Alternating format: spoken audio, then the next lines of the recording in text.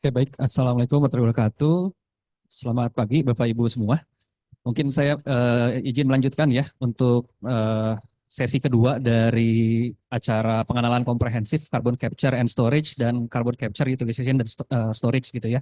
Mungkin perkenalkan terlebih dahulu, nama saya Anggit Raksajati. Saya sehari-hari dosen di Teknik Kimia ITB eh, dan juga tergabung dalam tim Center of CO2 and Flare Gas Utilization gitu ya, dan juga COE di CCS di Indonesia. Next ya. Oke, mungkin ini sedikit pengenalan tadi dari panitia mau minta CV, saya masukkan di slide saja gitu ya bahwa ya saat ini aktivitas utama tadi sudah disampaikan dosen dan kalau memang ada kebutuhan nanti untuk komunikasi eh, eh, alamat email saya cantumkan gitu ya. Dan mungkin sedikit background, saya lulusan Teknik Kimia ITB tahun 2010 dan mungkin sempat kerja waktu itu bukan di Rekin ya, beda dengan Mas Akso dan Mas Sarden. Jadi saya sempat kerja di ConocoPhillips waktu itu di lapangan Gelam, Sumpal, Dayung, Grisik dan Suban gitu ya. Kemudian saya lanjut S3 di CO2CRC. CO2CRC ini adalah konsorsium terkait CCS di Australia gitu ya, sehingga mendalami tentang terutama techno-economic modeling ya, terutama untuk techno-economic modeling untuk CO2 capture kurang lebih sudah hampir 13 tahun gitu ya, mulai dari solvent selection dan membran dan lain-lain. Oke, next mungkin. Nah, tadi mungkin ini beberapa bagian akan saya percepat karena tadi sudah disampaikan oleh Pak Akso gitu ya, bahwa sebenarnya, tapi yang gambar ini ingin saya tetap highlight, karena tadi disampaikan sebenarnya CCS ini ada terlibat proses yang eh, melibatkan banyak pihak. Dan seringkali ketika kita bicara keekonomian, seringkali lingkupnya tidak konsisten gitu. Jadi ketika nanti kita berbicara cost gitu ya, dolar per ton, kita perlu sangat hati-hati membandingkan capture cost dari satu referensi ke referensi yang lain. Ini sudah membandingkan apple to apple belum scope-nya gitu ya. Misalnya seperti apa? Misalnya tadi disampaikan kompresor aja ya. Kalau saya ambil contoh kasus, dua hal yang kadang-kadang suka diperdebatkan orang. Ini sebenarnya jatahnya cost-nya capture atau jatahnya cost-nya transport gitu ya. Jadi dalam uh, kebanyakan studi, saya mulai dulu dalam kebanyakan studi gitu ya. Ketika kita bagi menjadi tiga supply chain, ada aspek capture, ada aspek storage, ada aspek transport. Sebenarnya ujungnya capture tuh di mana sih? Apakah hanya sampai dapat CO2 konsentrasi tinggi atau sebenarnya sampai kompresor? Ini kadang-kadang menjadi perdebatan gitu ya. Dan biasanya, saya mulai dari biasanya dulu gitu ya. Uh, Konsistensi ketika ingin membandingkan capture itu biasanya berhenti di kondisi keluaran kompresor gitu ya, dalam kondisi CO2 yang sudah superkritik, yang sudah siap dimasukkan ke dalam pipa. Kadang-kadang itu nanti bisa jadi tidak dimasukkan dalam studi yang lain gitu ya. Bisa jadi orang capture menganggapnya oh ini sudah jadi tanggung jawabnya transporter, padahal orang transporter mikirnya oh ini tanggung jawabnya capture karena saya nerimanya sudah dalam kondisi yang siap dipipakan. Oke. Uh, Contoh lain nanti mungkin saya akan masuk ke dalam terutama dalam power plant gitu ya, tapi sedikit menyampaikan ini tadi mungkin sudah sempat disinggung sedikit. Sebenarnya teknologi ini secara readiness levelnya seperti apa? Memang banyak sekali. Jadi kalau saya bicara capture dalam waktu kurang lebih 1,5 jam ini mungkin hanya pengantar saja gitu ya. Dan memang kalau kita lihat yang sudah dalam skala industri besar atau dikatakan TRL-nya 9 itu kita kebanyakan berbicara post combustion CO2 capture. Post combustion itu juga kebanyakan menggunakan absorpsi, solvent absorption gitu ya. Nah, di mana posisi alat-alat yang lain kita bisa lihat itu ya. Membran, membran itu kalau dalam pengolahan gas alam memang betul sudah dilakukan pada skala besar. Di Indonesia pun sudah ada tadi disampaikan misalnya di koridor blok gitu ya. Tetapi apakah sudah ada membran untuk CO2 capture dari flue gas gitu ya? Ternyata skala besar belum.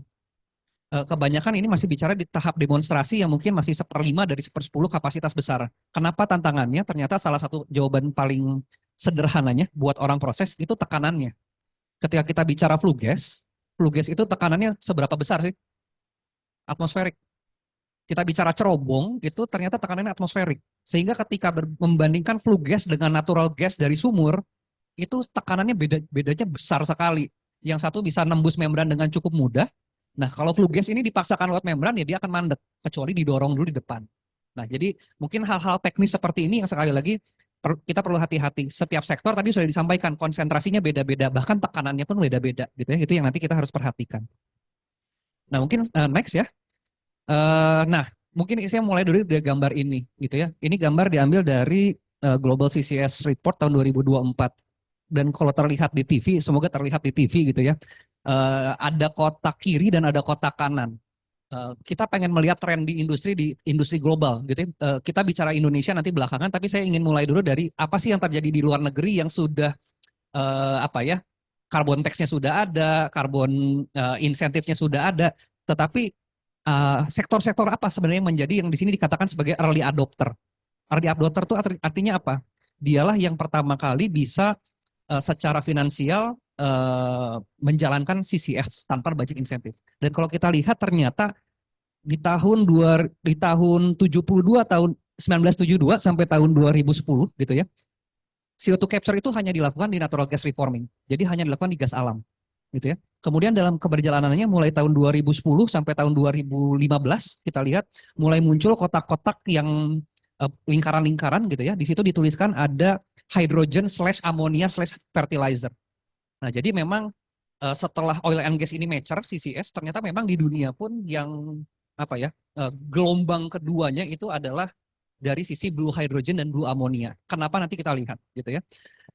Dan sebenarnya ada satu lagi gitu ya. Ada satu lagi yang juga sudah cukup booming terutama di Amerika, terutama sejak 5 tahun yang lalu. Itu apa? Itu kotak yang di tengah disebutnya bioenergy atau etanol. Jadi ternyata kasus etanol ini sangat menarik ya. Apalagi kalau nanti Indonesia betul mau masuk ke arah apa? Blending mandat E10 ya, akan banyak pabrik-pabrik etanol baru. Pabrik etanol itu menghasilkan CO2 dengan kualitas yang sangat tinggi. Kemurniannya itu 90%, di atas 90%. Tanpa banyak pemisahan, tanpa banyak capture, itu CO2-nya sudah di atas 90%. Datangnya dari mana? Dari fermentasi. Fermentasi glukosa menjadi bioetanol, itu ternyata menghasilkan CO2 dengan konsentrasi tinggi. Nah, jadi sebenarnya tiga sektor ini yang memang di luar negeri pun menjadi dikatakanlah sebagai early adopter. Karena cost-nya lebih rendah, karena secara keekonomian pun sudah lebih siap. Nah, untuk sektor lain memang ternyata yang kesulitan itu bukan hanya Indonesia gitu ya, yang berbicara mulai dari power plant, bicara mulai dari semen, bicara mulai iron and steel, yang kesulitan itu bukan hanya kita. Negara-negara maju dengan tingkat keekonomian yang lebih besar dari kita sekalipun ternyata masih sulit sampai sekarang. Itu yang kita masukkan di sini di kotak yang kanan, disebutnya sebagai next adopter gitu ya. Saat carbon tax-nya sudah cukup tinggi, barulah ada harapan. Mungkin kita berkatanya seperti itu gitu ya. Ketika carbon tax-nya sudah cukup tinggi, barulah nanti sektor-sektor dari power generation gitu ya, dari iron and steel, dari semen nanti mulai bisa mengejar selisih dari tuntutan biayanya. Nah, makanya pertanyaannya apa sih yang membedakan gitu ya? Sebenarnya sebagian sudah terjawab tadi dari slide-nya Pak Akso, tapi saya coba rangkum lagi gitu ya. Kalau bisa next slide gitu ya. Nah, di tabel ini kita lihat sebenarnya memang karakteristik dari masing-masing flue gas itu beda-beda, dan memang oil and gas dan amonia itu sangat apa ya, ibaratnya sangat diuntungkan dengan fasilitas yang sudah dimiliki dari existing production facilities. Kita lihat seperti apa, karena kalau kita lihat semua pabrik amonia di Indonesia pasti punya CO2 capture plant. Tujuannya apa? Tujuannya untuk memisahkan CO2 sebelum syngasnya bisa diproses di amonia sintesis loop-nya. Sehingga capture plant itu sudah bukan cost tambahan untuk pabrik amonia. Gitu ya. Dan itu pun sama dalam kondisi oil and gas. Kita bicara LNG plant pasti punya CO2 removal plant. Gitu kan. Jadi CO2 removal plant itu sudah menjadi ongkos baseline productionnya mereka. Mereka tidak perlu lagi nambahin capture plant ketika mau masuk ke arah CCS. Makanya yang dimerahkan ini memang sangat wajar menjadi dua industri, dua sektor yang paling siap. Karena paling murah juga gitu ya. Nah, untuk yang lain kita bisa lihat di bawah, power generation. NGCC ini apa nih? Ini PLTGU ya. PLTGU ini di cerobongnya ternyata CO2-nya cuma 4-5%. CFPP ini apa? Coal Fire Power Plant, PLTU, batu bara. Ternyata CO2 di cerobongnya hanya 10-14%. Lebih parah lagi apa? Lebih parah lagi ternyata tekanannya atmosferik. Kemudian ada challenge lagi. Challenge-nya apa? Ternyata seringkali banyak bawa impurities. Impurities yang harus dipisahkan. Misalnya apa? SOX, NOx. Oil refinery juga ini menjadi tantangan. Kenapa? Ternyata oil refinery ini PR besarnya sumber emisi CO2-nya banyak. Nggak cuma satu titik. Kalau PLTU CO2-nya udah numpuk nih dalam satu cerobong gitu ya. Ternyata kalau dalam oil refinery CO2 tuh nyebar di alat-alat yang kecil-kecil. Ada yang keluar dari heater, ada yang keluar dari FCC, ada yang keluar dari steam cracking. Jadi pertama harus dikumpulkan dulu gitu ya. Dengan titik yang nyebar-nyebar dengan konsentrasi yang beda-beda. Makanya nanti biayanya juga jadi lebih tinggi gitu ya. Apalagi iron and steel juga sama. Iron and steel ini nanti ada yang datangnya dari blast furnace, ada yang datangnya dari smelting proses, ada yang datangnya dari sintering proses. Nyebar-nyebar CO2-nya konsentrasinya beda-beda. Makanya nanti secara biaya pun menjadi berbeda lah dengan kasus yang lain. Ya. Nah, yang etanol ini yang mungkin belum banyak dibicarakan orang, terutama di Indonesia. Padahal ini menarik sekali gitu ya. Di mana sekali lagi CO2 dari pabrik bioetanol itu purity-nya sudah sangat tinggi, sudah di atas 90%. Tinggal dipisahkan airnya, tinggal dikompres, udah siap sebenarnya. Jadi secara dolar per tonnya pasti akan lebih rendah dibandingkan dengan sektor-sektor yang lain. Oke, mungkin next ya. Dan sebenarnya dari slide ini kita sekarang bisa melihat gitu ya, terutama yang backgroundnya proses. Oh ternyata persen CO2 ini penting sekali untuk kematangan dan kesiapan suatu teknologi. Dari studi-studi yang ada sudah cukup banyak sebenarnya, bisa di next slide gitu ya, bahwa ada korelasi yang cukup jelas tadi ya, antara persen CO2 dengan dolar per ton. Nah posisi kita saat ini di mana? Jadi saya biasa memisahkan gitu ya. Kita pisahkan kalau bicara CCS ini ada project-project yang di sini disebutnya sebagai low cost CCR and EOR project. Tanpa banyak insentif, tanpa banyak pajak karbon, dia akan jalan. Contohnya di Indonesia kita dengar kayak LNG di Tangguh gitu ya.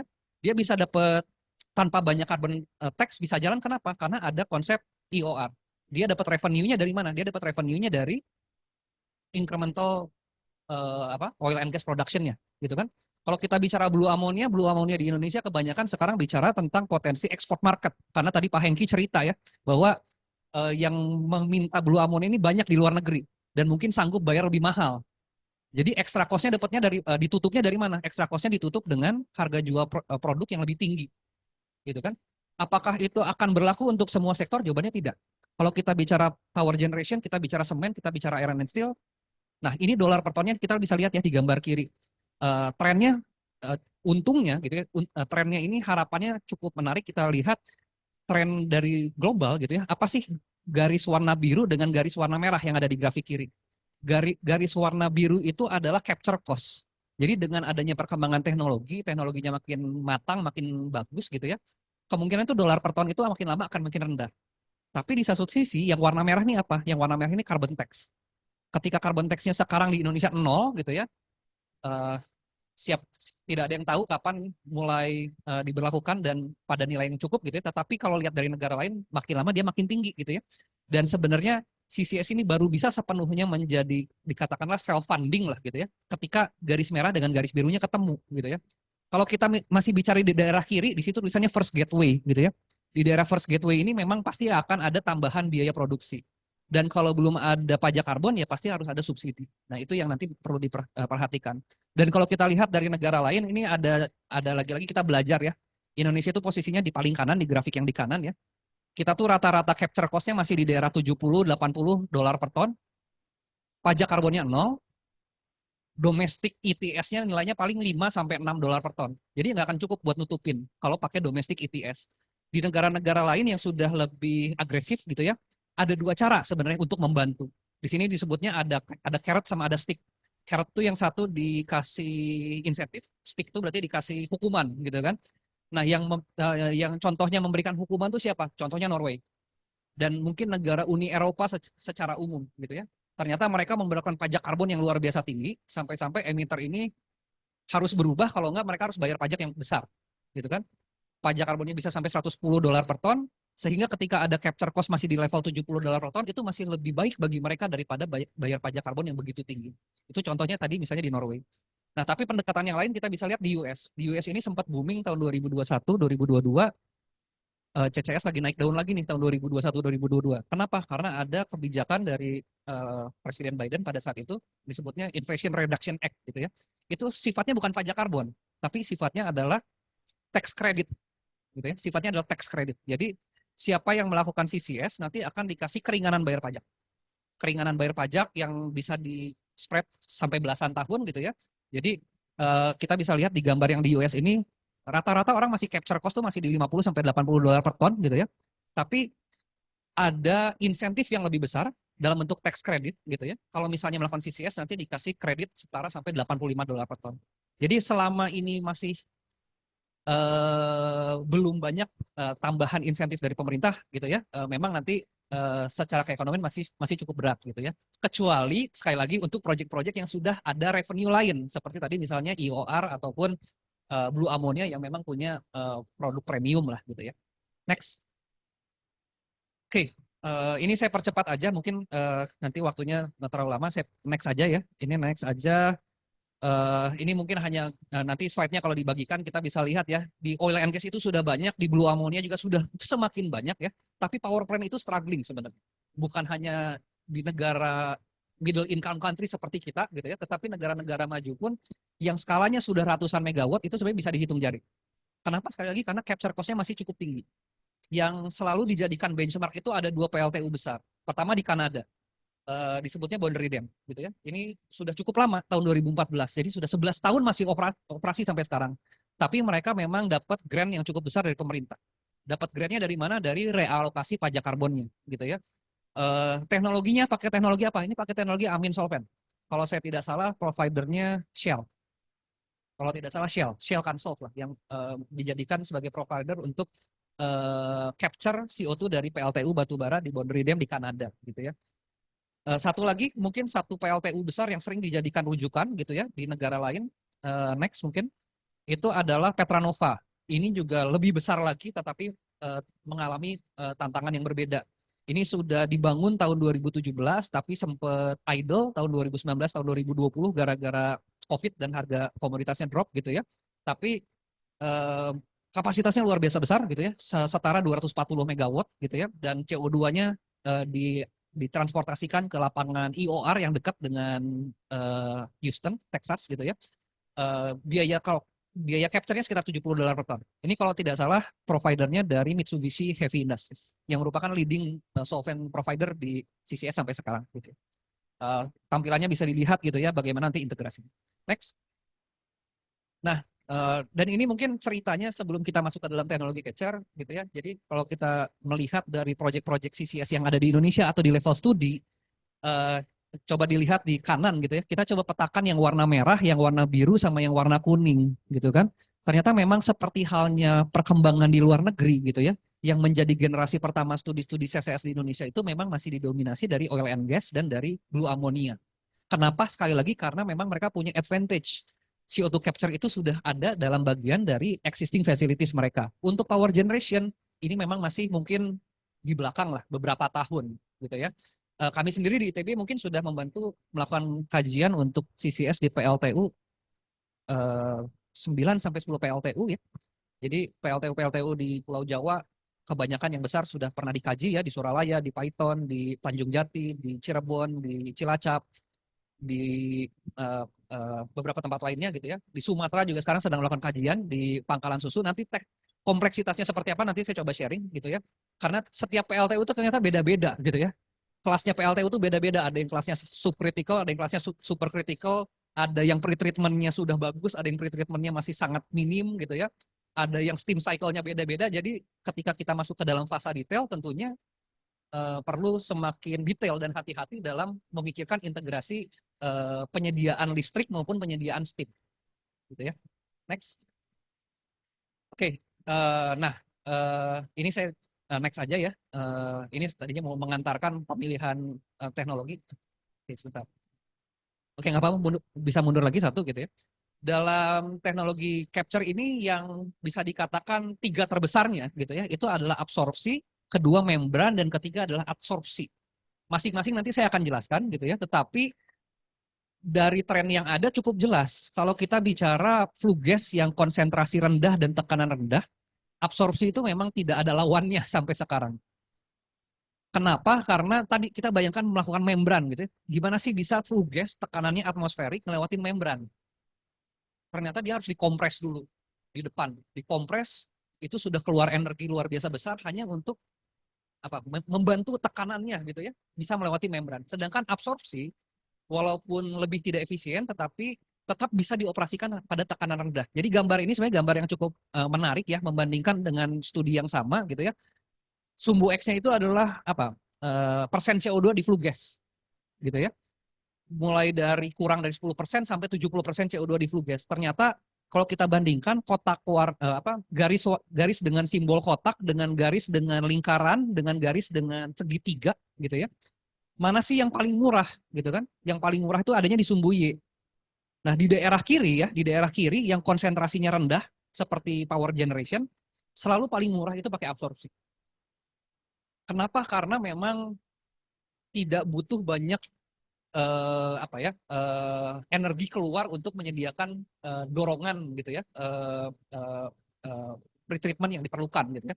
Tetapi begitu kita bicara flue gas yang semakin pekat gitu ya, kita bicara flue gas yang semakin pekat, sudah di atas 30%, sudah di atas 40%, sebenarnya membran dan absorpsi nanti mulai kompetitif gitu ya. Jadi sekali lagi mungkin ini bisa memperkaya gitu ya bahwa teknologi capture itu banyak dan absorpsi memang sekarang masih yang leading gitu ya, tetapi membran dan absorpsi mungkin nanti punya perannya untuk industri-industri yang lebih pekat konsentrasi CO2. Oke, next mungkin sekarang saya coba masuk punya 2 slide lah masing-masing untuk teknologi ya. Dan sekali lagi sebenarnya buat kita yang sudah banyak bekerja di industri pengolahan gas, ya sebenarnya banyak kemiripan dengan apa yang dilakukan di natural gas treatment, gitu kan? Bahwa teknologi CO2 absorpsi ini umurnya sudah 100 tahun lebih sebenarnya. Waktu itu dikembangkan untuk pengurangan CO2 dari natural gas, gitu kan? Sekarang untuk CCS bedanya apa? Ya bedanya pertama komposisinya berapa persen CO2-nya, kedua tekanannya berapa. Karena kalau CO2 dari gas alam, tekanannya biasanya tinggi, keluar dari sumur secara natural, gitu kan? Sedangkan ketika CO2 dari flue gas, tekanannya biasanya atmosferik. Sehingga tantangan pertama adalah tadi gitu ya, ngedorong booster buat dia punya tekanan yang cukup buat melewati absorber dan lain-lain gitu ya. Dan di sini kita bisa lihat ya tekniknya seperti amin absorption plan lah gitu ya. Jadi ada flue gas yang masuk dari bawah, ini biasanya sudah harus dipisahkan impuritiesnya gitu ya. Impuritiesnya apa? Impurities itu misalnya SOX, NOX. Kenapa? Karena kalau kita masih punya SOX, NOX kadar tinggi, dia itu senang banget ketemu amin solvent. Yang ada malah reaksi menjadi amin salts ya. Kalau yang di natural gas kita sering mendengar istilah seperti foaming, seperti amin salts gitu ya. Hal yang sama akan terjadi kalau misalnya kita punya flue gas yang banyak pengotornya. Jadi SOX, NOX biasanya harus dipisahkan di pretreatment-nya gitu ya. Nah, begitu CO2-nya nanti larut ke arah solvent, ke arah bawah ya, di situ ke arah bottom outlet lah dari absorbernya, CO2 akan dikirimkan ke arah regenerator gitu kan. Nah, di regenerator di kolom yang kanan dia akan dipanaskan, temperaturnya dinaikkan mendekati 120 derajat. Di sana reaksinya jadi reaksi desorpsi gitu ya. Reaksi desorpsi CO2 yang terlarut dalam aminnya di situ RNHCOO-nya kena panas, yang ada CO2-nya jadi lepas gitu kan. Dan CO2-nya jadi lepas naik ke atas. Nah, CO2 stream ready for compression. Jadi sekali lagi secara proses banyak kemiripan dengan acid gas removal unit yang kita temui dalam natural gas treatment gitu ya. Nah, plus minusnya apa ya? Plus minusnya di sini katakan ya dia paling proven secara komersial, selectivity-nya paling tinggi. Jadi bicara removal di atas 95% pun sanggup gitu ya. Dan dia bisa diaplikasikan pada umpan-umpan dengan partial pressure yang rendah gitu ya. Tapi memang kebutuhan regenerasi energinya tinggi dan dia kalau impuritiesnya masih banyak akan mudah terdegradasi sehingga nanti harus dilakukan make up gitu ya. Nah, solventnya sendiri apa? Nah, kita coba lihat di slide berikutnya gitu ya. Solventnya memang semakin berkembang. Kalau dulu amin solvent generasi pertama mungkin kita taunya monoetanol amin, MEA primary amin gitu ya. Tetapi ini kebutuhan regenerasinya tinggi gitu ya. Sehingga secara cost mungkin jadi mahal gitu ya. Dan sekarang orang memang sudah mengembangkan solvent juga sudah puluhan tahun gitu ya. Ada yang jenisnya secondary amin, ada yang jenisnya tertiary amin, ada yang jenisnya sekarang disebutnya hindered amin gitu ya. Kadang-kadang di sensor nggak akan buka-bukaan ya. Kadang-kadang di sensor nggak akan buka-bukaan, tapi eh, kita bisa nebak lah karena sudah meneliti belasan tahun jadi tahulah ini kira-kira isinya apa gitu ya. Kalau misalnya kayak Shell tadi ya, Shell yang diterapkan di boundary dam, dia akan jualannya sebagai Cansolv, tapi sebenarnya isinya itu adalah MDEA plus Piprazine. Mirip lah sama yang kebanyakan di natural gas processing sekarang. Jadi MDEA tertiary amin dikasih aktivator berupa Piprazine. Nah, tetapi Mitsubishi ternyata sekarang mereka berinovasi membuat amin-amin yang baru ya. Kalau Mitsubishi ternyata mereka jualannya dengan tagline-nya apa? KS ya, KS21 atau yang lain-lain. Itu sebenarnya jenisnya keluarganya hindered amin yang di kiri bawah. Jadi diklaim memiliki kebutuhan regenerasi yang lebih rendah. Nah, untuk ini kita coba mapping gitu ya. Apa sih plus minus dari solvent-solvent ini dan pertimbangan pemilihannya seperti apa? Next mungkin ya. Nah, jadi grafik ini sebenarnya sudah cukup merangkum gitu ya perjalanan orang mendevelop solvent sejak tahun 30 sampai sekarang hampir 2025. Perjalanan sudah hampir 100 tahun mendevelop solvent gitu ya. Yang penting dari solvent itu apa sebenarnya? Yang penting dari solvent itu sumbu Y-nya dilihat.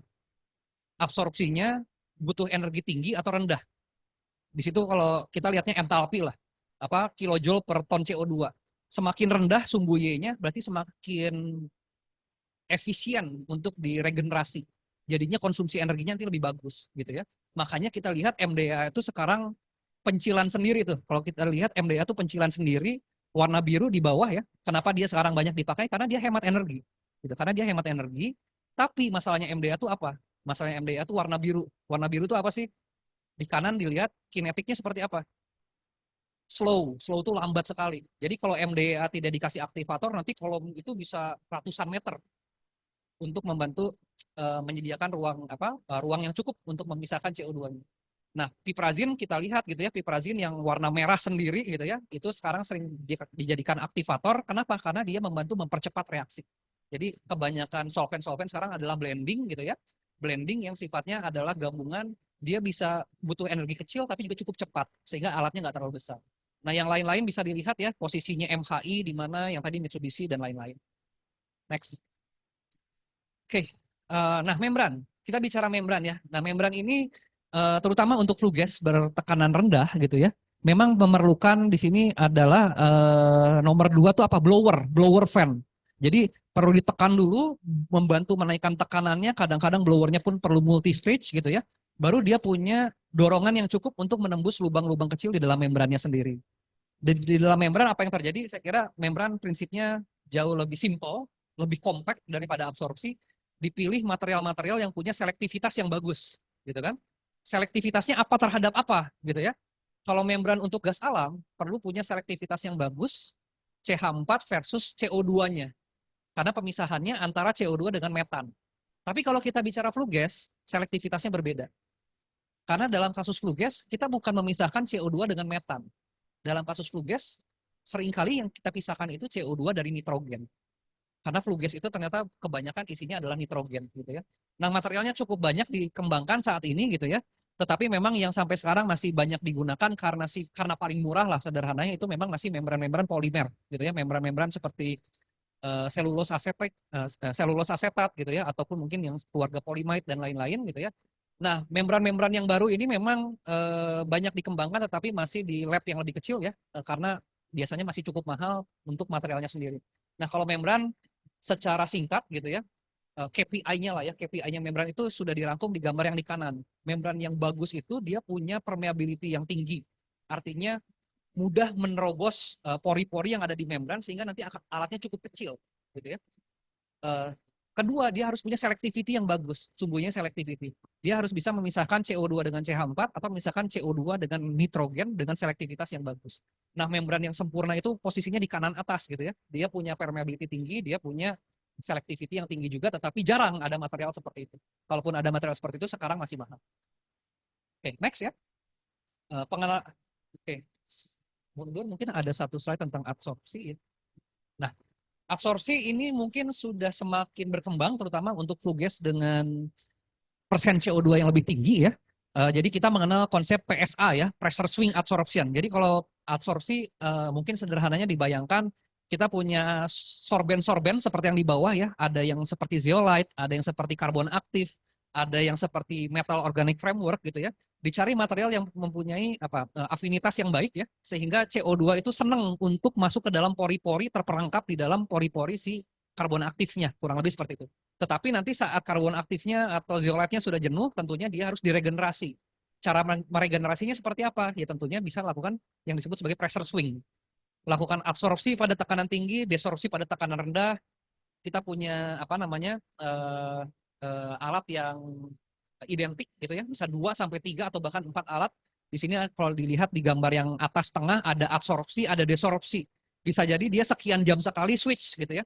Absorpsinya udah jenuh, dia di switch, tekanannya di drop, menjadi mode desorpsi. Sedangkan alat yang sekarang lagi desorpsi sudah beres regenerasinya, bednya udah fresh lagi, dia di switch ke siklus adsorpsi. Jadi bergantian proses yang cyclic lah gitu ya.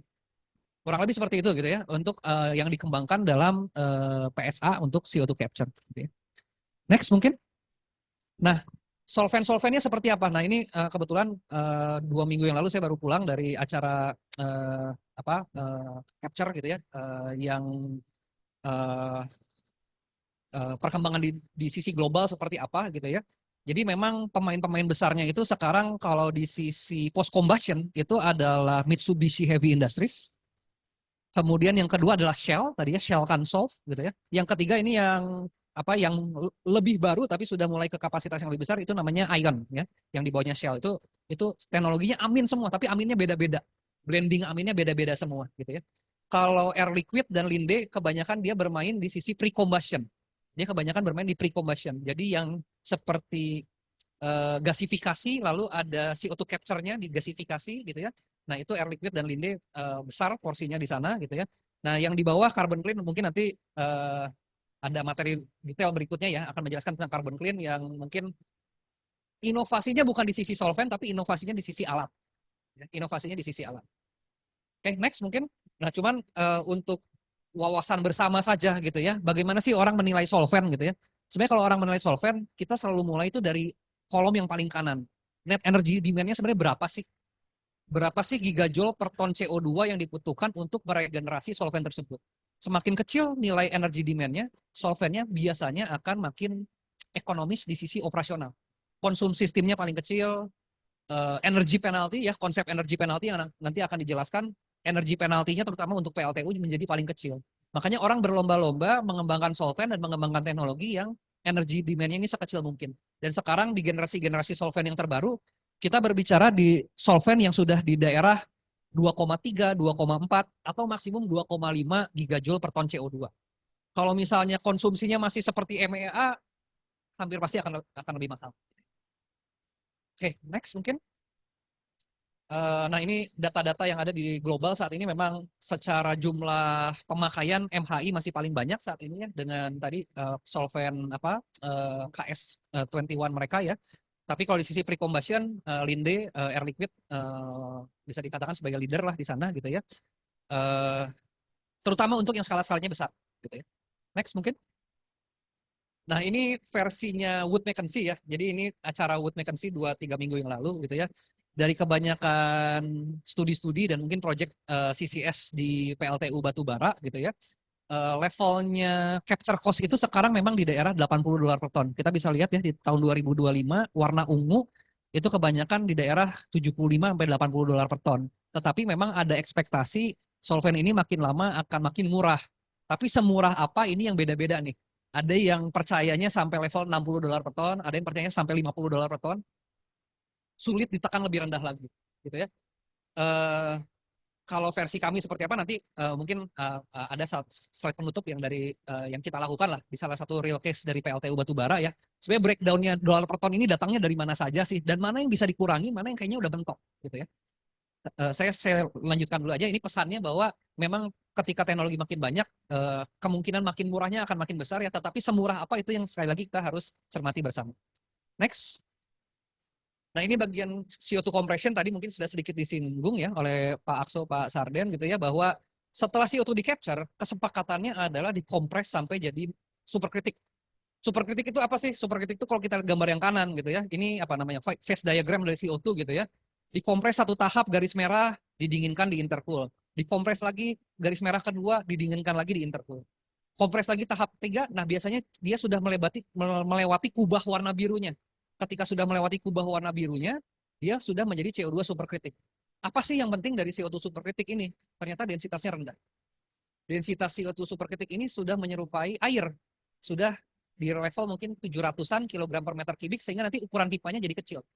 Sedangkan kalau CO2 masih di tekanan rendah kita langsung kirim pakai pipa gas, wah itu pipanya pasti gede-gede banget. Gede-gedenya bisa bayangkannya secara densitas lah gitu ya. Kalau kita membayangkan densitas ya, densitas CO2 di tekanan rendah tuh berapa? Ya mungkin mendekati 1 kilogram per meter kubik. Ketika kita kompres ke tekanan superkritik, densitasnya sudah di atas 600-700 kg per meter kubik. Sehingga untuk mengantarkan 1 ton yang sama, ruangannya sudah 600 kali lebih kecil dibandingkan mengantarkan CO2 di tekanan rendah. Makanya secara keekonomian biasanya memang akan paling ekonomis kalau sudah dikompres di sumber sebagai tekanan superkritik. Gitu ya. Next. Nah ini detail-detail mungkin dampak dari impurities dan lain-lain gitu ya. Ternyata impurities yang tinggi itu banyak kerugiannya gitu ya untuk ditransportasikan dan dengan diinjeksikan. Secara singkat mungkin kita bisa fokus saja pada tabel yang di kiri ya. Kalau misalnya CO2 murni superkritik gitu ya. Tekanan superkritiknya berapa sih? Oh ternyata 74 bar. Dan kalau sudah superkritik densitasnya berapa? Mendekati 800. Jadi mirip sama pipa minyak secara densitas gitu ya. Tapi kalau kita punya 20% nitrogen aja ya, yang masih belum terpisahkan, kita bisa lihat di bawah tuh. Tekanan superkritiknya jadi tinggi gitu ya. Densitasnya turun 2 kali lipat lebih sehingga kita buang-buangan ruang sebenarnya. Kita buang-buang ruang di pipa, buang-buang ruang di sumur injeksi yang menjadi tidak terpakai secara efisien gitu ya. Mungkin inilah makanya biasanya CO2 yang ingin ditransportasikan dan ingin diinjeksikan itu permintaannya sudah purity-nya tinggi. Next mungkin. Nah untuk pipa tadi ada pertanyaan dari pertanyaan sebelumnya. Mungkin saya berusaha menjawab ya dari standar-standar yang ada dulu deh gitu ya. Standar-standar internasional yang ada. Sebenarnya CO2 murni itu boleh pakai carbon steel gitu ya. Selama sudah kering. Gitu ya. Tadi ada pertanyaan wajib pakai CRA atau tidak? Kalau dari kebanyakan studi dan diskusi yang kita lakukan, CRA itu wajibnya di posisinya di tubing. Injection tubingnya, sumurnya itu memang biasanya perlu pakai CRA. Kenapa? Karena kalau tubing itu dia lebih banyak faktor eksternalnya lah. Ngebor sumur kita nggak tahu tuh itu ngelewatin lapisan yang basah dan lain-lain, dan semakin basah semakin rawan di sisi tubingnya. Jadi memang betul kalau tubing biasanya minta pakai CRA. Tapi kalau di sisi pipa di surface facilities itu biasanya pipa CO2 boleh pakai carbon steel asal sudah kering.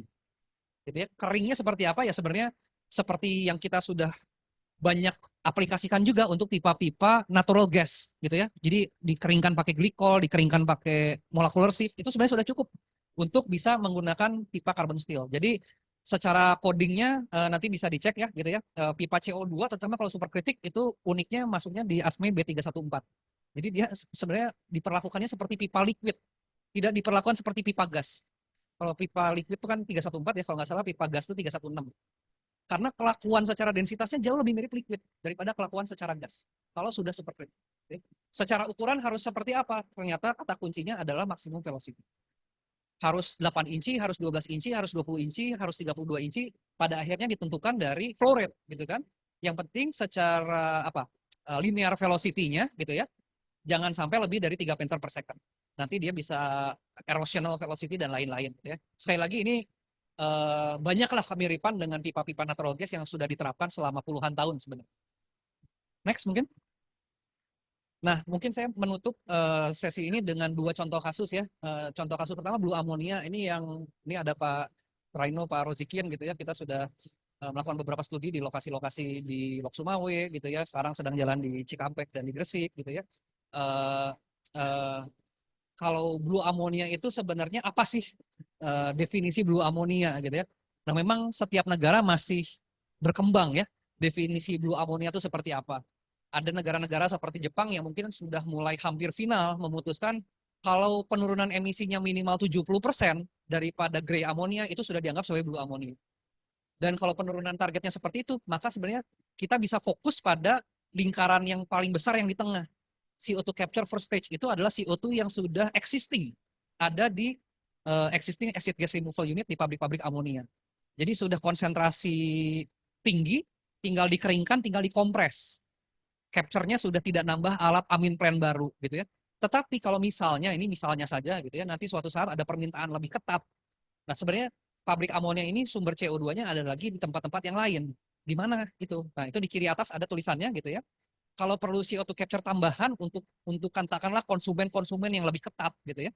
Bisa jadi nanti kita perlu memikirkan memisahkan CO2 dari flue gas, misalnya flue gas dari boiler, flue gas dari reformer flue gas ya, dari primary reformer itu biasanya ada flue gasnya juga.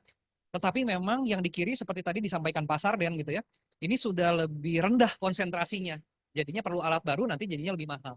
Pada akhirnya nanti setiap kasus akan kita sesuaikan dengan permintaan produknya, berapa persen sih target CO2 yang dipisahkannya gitu ya. Next mungkin uh, secara keekonomian mungkin nanti ini ada apa ya, ada web publik yang setiap bulan diupdate ya dari S&P 500. Dia akan mengupdate harga blue ammonia versus gray ammonia versus green ammonia secara bulanan gitu ya, monthly average-nya untuk Asia, untuk Middle East dan lain-lain.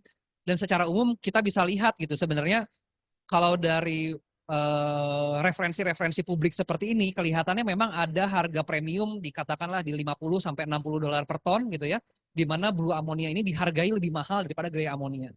Dan harga yang lebih mahal ini yang kalau di pasar global gitu ya, diharapkan bisa menutup kos-kos tambahan dari proses CCS yang dilakukan dalam pabrik amonia gitu ya. Next, mungkin ini 2 atau 3 slide penutup ya. Ini dalam kasus power generation, kami ambil dari salah satu studi yang kami lakukan di existing PLTU batubara gitu ya. Nah, jadi memang ketika kita menyulap lah ya, retrofit PLTU batubara existing, posisi CO2 capture itu posisinya ada di ujung belakang. Kita sebutnya post combustion CO2 capture. Nah, pertanyaan pentingnya adalah integrasi dengan power plant-nya seperti apa gitu ya. Kalau kita bisa lihat, dan kita ingat-ingat kembali gitu ya, di slide sebelumnya dijelaskan, proses absorpsi itu perlu 2 utility.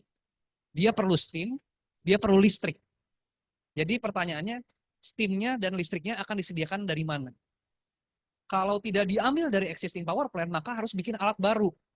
Bikin boiler baru, bikin steam turbin baru, tapi itu jadi ekstra cost tambahan. Yang teknik lain yang sering kali digunakan itu adalah kita katakannya apa? Retrofit parasitik. Artinya apa? Mengambil sebagian listrik dan mengambil sebagian steam dari existing power plant.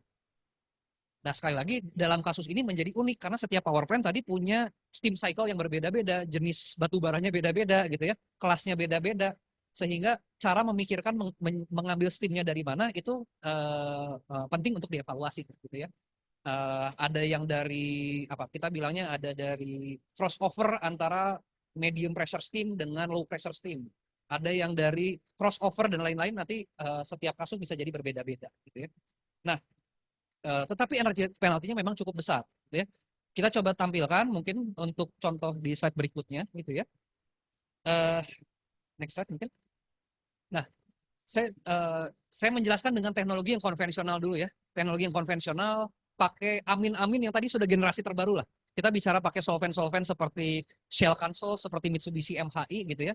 Kalau misalnya di total-total dari pretreatment sampai ke injection dan transportasi, kira-kira dampak pemasangan CCS kepada pembangkit PLTU batubara itu seperti apa sih gitu ya.